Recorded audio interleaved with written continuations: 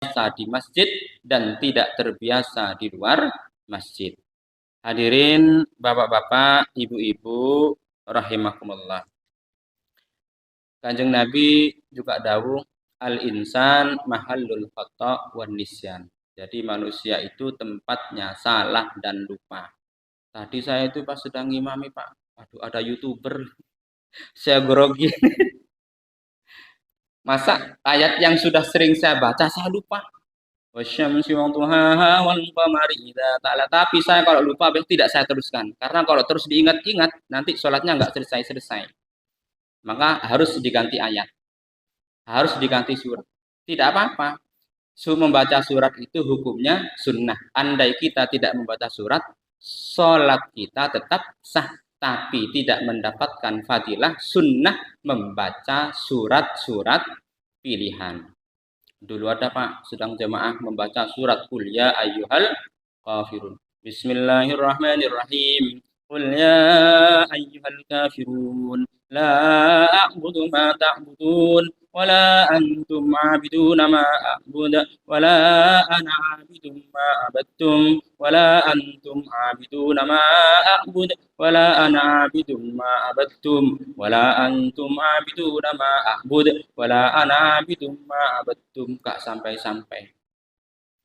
Akhirnya karena gak sampai-sampai yang paling belakang itu berhenti sholatnya. Lakum dinukum blok. Gitu.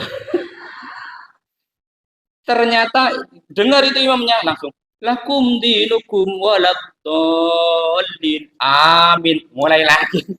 Kacau jadinya seperti itu. Ini terkait dengan sholat jamaah. Tapi sholat jamaah harus tetap kita istiqomahkan. Karena sholat jamaah juga menjadi salah satu amalan yang kelak akan amal-amal kita dilipat gandakan yang kelak ketika dibangkitkan insya Allah ketika kita banyak melaksanakan ibadah sholat secara berjamaah kelak juga ini sama dengan Lailatul Qadar tadi. Kalau sholat sendiri kan satu, tapi kalau sholat berjamaah 27 kali. Tinggal dikalikan saja kalau bapak-bapak ibu-ibu selama 10 tahun selalu sholat berjamaah. Tinggal dikalikan saja 27 kali 10 tahun, berarti 270 tahun. Kalau bapak-bapak ibu-ibu jamaah sepanjang 40 tahun, tinggal dikalikan 27 kali 40 tahun, berarti sekitar 1080 tahun. Itu dari sholat jamaah. Jadi kita ini oleh Allah diberi banyak fasilitas, meskipun umur kita pendek, insya Allah kelak umat kanjeng Nabi ini, ketika dibangkitkan, ketika ditimbang-timbang amalnya, kelak akan lebih besar nilai ibadahnya ketika dibandingkan dengan umat-umat terdahulu, jadi seolah-olah umurnya ribuan tahun. Hadirin bapak-bapak, ibu-ibu rahimakumullah, ini masih pengantar. Sekarang masuk ke intinya. Allah Subhanahu wa taala menciptakan berbagai makhluk. Ini terkait dengan puasa. Makhluk pertama yang oleh Allah Subhanahu wa taala ciptakan adalah malaikat. Allah menciptakan malaikat. Di mana dijelaskan dalam Al-Qur'an la ya'sunallaha ma amarahum wa yaf'aluna ma yu'marun. Allah Subhanahu wa taala menciptakan malaikat di mana malaikat ini tidak pernah bermaksiat kepada Allah Subhanahu wa taala. Malaikat selalu taat kepada Allah. Jadi malaikat yang tugasnya membagi rezeki selalu taat membagikan rezeki sesuai dengan catatan yang telah ditentukan oleh Allah Subhanahu wa taala. Mudah-mudahan malaikat membagi rezeki ini sering datang ke Masjid Al-Anwar. Amin. Termasuk malaikat yang tugasnya mencabut nyawa. Tugasnya ya mencabut nyawa sesuai dengan ketentuan berapa ajal, umur si A, si B, dan sebagainya. Jadi malaikat pencabut nyawa ini tugasnya mencabut nyawa terus. Mudah-mudahan jarang-jarang datang ke Al-Anwar. Kalau yang rezeki mudah-mudahan sering datang, kalau yang malaikat maut mudah-mudahan jarang-jarang saja. Itu malaikat. Jadi malaikat itu selalu taat kepada Allah, tapi malaikat selalu taat kepada Allah, sehingga kelak malaikat ini tempatnya adalah di surga Allah Subhanahu wa taala. Ini makhluk yang pertama. Kemudian yang kedua, Allah Subhanahu wa taala menciptakan makhluk yang kedua yang namanya setan. Setan ini kebalikannya malaikat. Kalau malaikat tadi benar terus, kalau setan ini salah terus.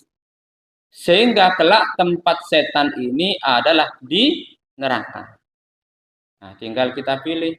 Kita mau ikut malaikat atau mau ikut setan. Nah, tinggal kita timbang-timbang mana yang ingin kita ikuti. Mau di surga apa mau di neraka. Kemudian yang ketiga, Allah Subhanahu wa taala menciptakan min jinsil hayawan dari jenis-jenis hewan. Yang pertama adalah ada yang disebut dengan al-an'am. Jadi hewan ternak. Itu Allah Subhanahu wa taala juga menciptakan yang namanya hewan ternak. Yang di sini dilambangkan kambing atau kalau bahasa Jawanya wedhus. Karakternya kambing ini geragas, titik-titik maem, titik-titik maem, titik-titik maem, itu wedhus. Wedhus itu juga kalau di sini kita kenalnya wedhus itu maemnya rumput. Tapi ternyata wedhus itu bisa makan di luar rumput. Yang penting apa yang ada dimakan. Saya pernah melihat sendiri saat saya itu beberapa tahun yang lalu, Pak. Pergi ke beberapa negara di Eropa, salah satunya Belanda. Saya itu pergi ke taman di desa itu yang saya tinggali selama beberapa minggu. Lihat kambing, kemudian di sebelahnya itu, di sebelah kandang kambing, kandang yang terbuka, ya. Dan itu memang orang-orang bisa memberikan makanan secara rutin ya. Orang-orang kampung yang ada di situ bisa memberikan makanan ke kambing, dilempar saja ke dalam situ. Yang pinggir-pinggirnya banyak ada angsa dan lain sebagainya itu. Yang memang terpelihara dengan baik. Makanya apa? Roti, Pak. Loh, kambing maemnya roti. Ya lahap makannya. Ya, jadi yang ketiga al-an'am. Allah menciptakan hewan ternak yang dilambangkan dengan kambing. Yang keempat, Allah Subhanahu wa taala menciptakan as-sabu, hewan galak, hewan buas. Di mana di sini dilambangkan dengan anjing yang karakter dasarnya ini ingin selalu mengganggu orang. Ini as-sabu, hewan buas, hewan galak yang karakter utamanya mengganggu orang. Yang terakhir adalah kita. Kita ini manusia.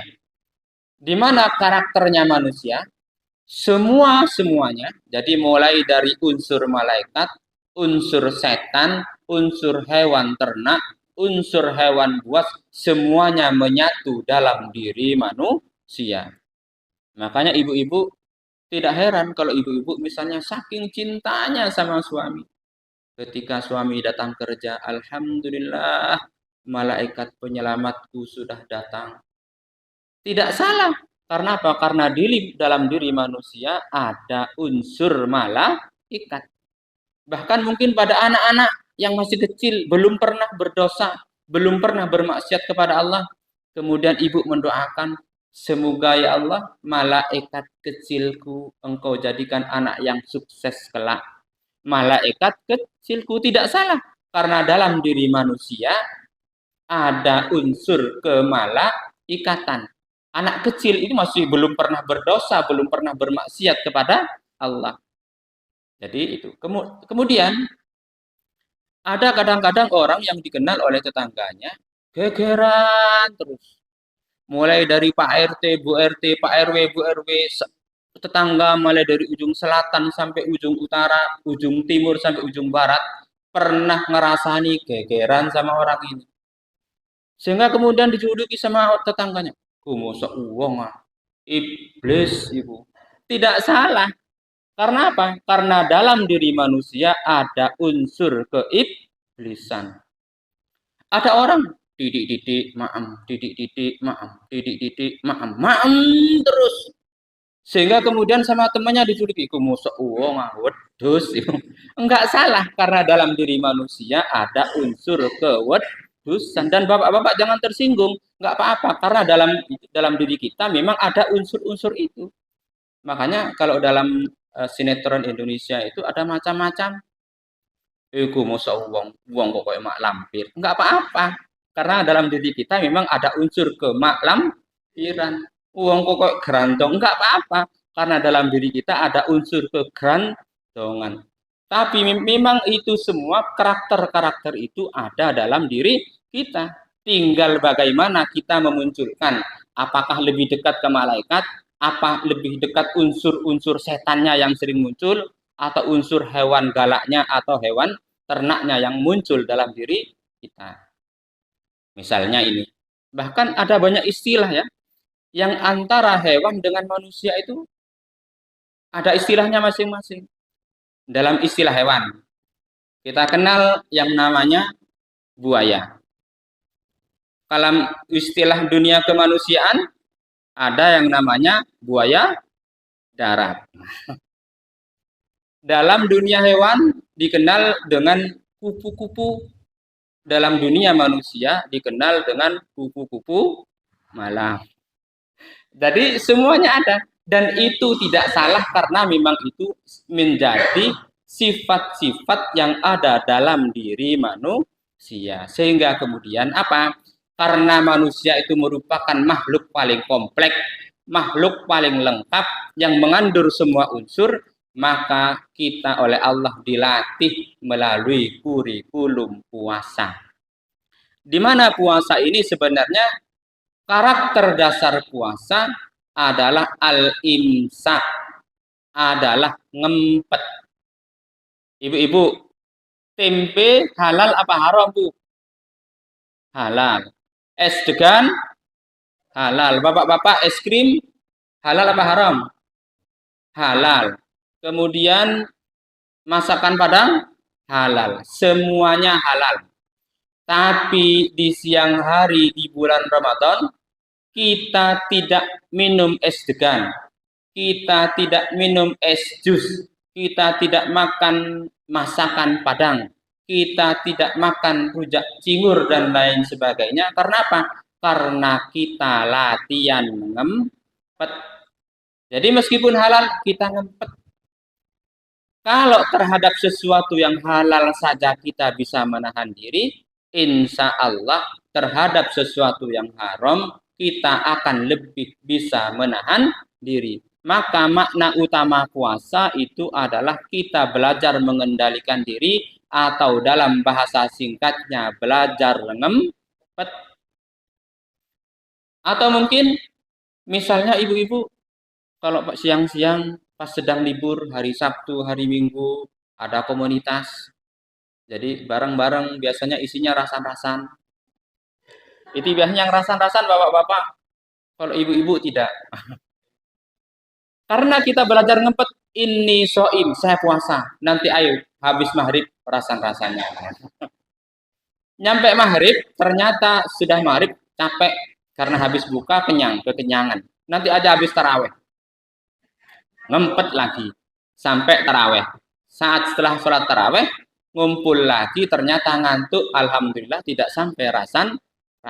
Karena rasan-rasan itu memang sesuatu yang seolah-olah biasa, tapi itu dosanya cukup besar. Bayangkan itu ya. Rasan-rasan baik secara langsung maupun rasan-rasan melalui WA.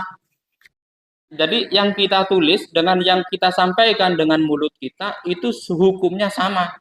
Kalau isinya rasan-rasan tetap justru sekarang yang melalui WA itu dosanya bisa jauh lebih besar. Kita misalnya ngerasani si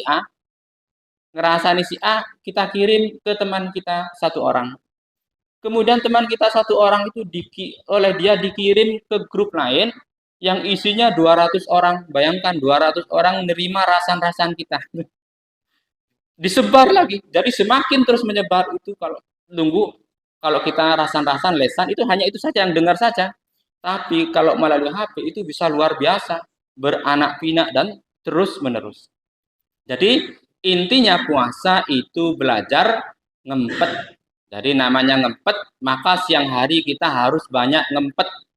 Ngempet makan, mengempet tidak hubungan suami istri, termasuk ngempet sesuatu yang bisa menghilangkan pahala puasa, di mana diantaranya adalah berkata bohong dan ghibah, rasan-rasan itu bisa menghilangkan pahala puasa. Puasanya tidak batal, tapi dia tidak mendapatkan pahala, tapi hanya mendapatkan lapar dan dahaga saja.